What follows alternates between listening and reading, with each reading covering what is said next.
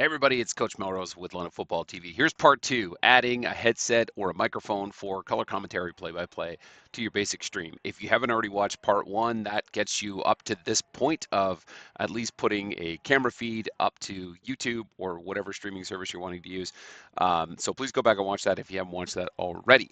This is part two on adding, again, audio into the mix. That's not just the sound from your camera that you're pulling from the microphone on it. So to get started, obviously we need to pick a USB sound device of some kind. You can obviously use headsets. I have also used these big like Yeti microphones as well too.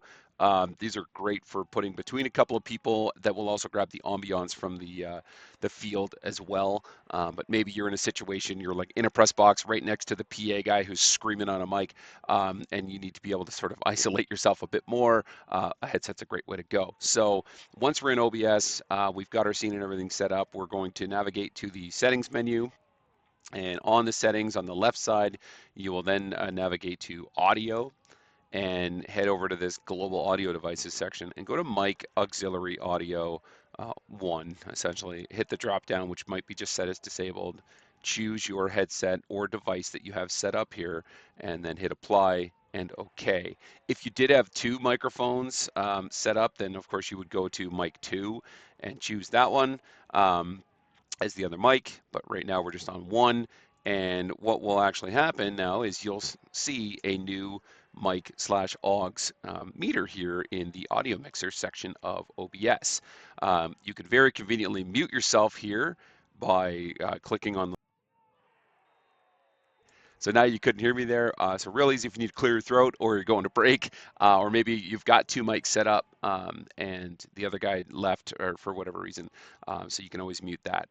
The audio from the camera is completely up to you. You can decide to sort of leave that up. I would definitely turn it down if you wanted, or you could just mute it altogether. It just depends on your application. So if you're in a box where you're not going to pick up any of the whistles or sounds and things like that over your headset, to add a bit more of a vibe to your stream, I would leave that up a little bit. Otherwise, it's just sort of the talking from the announcers, and you don't get that sort of background noise, but completely up to you. So again, to get going, plug in your USB sound device, and that can again be a simple headset. It could be a big microphone in front of a couple of people.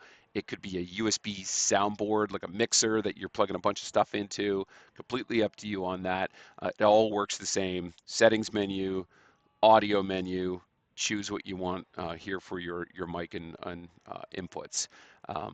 So what's cool about it, again, if we go back to the main screen, we've got the audio going right now.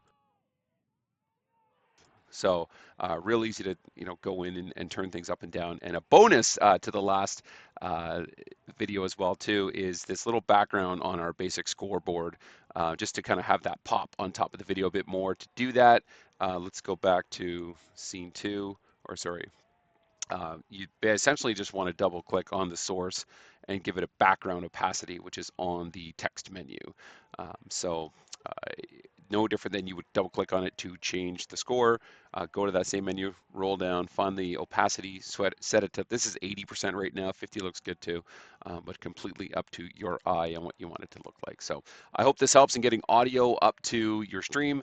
The next video will be about using a really cool overlays website to create really cool overlays and score bugs and things like that too. So please share this video with anybody else trying to make this happen, and shoot me a message if you have any questions.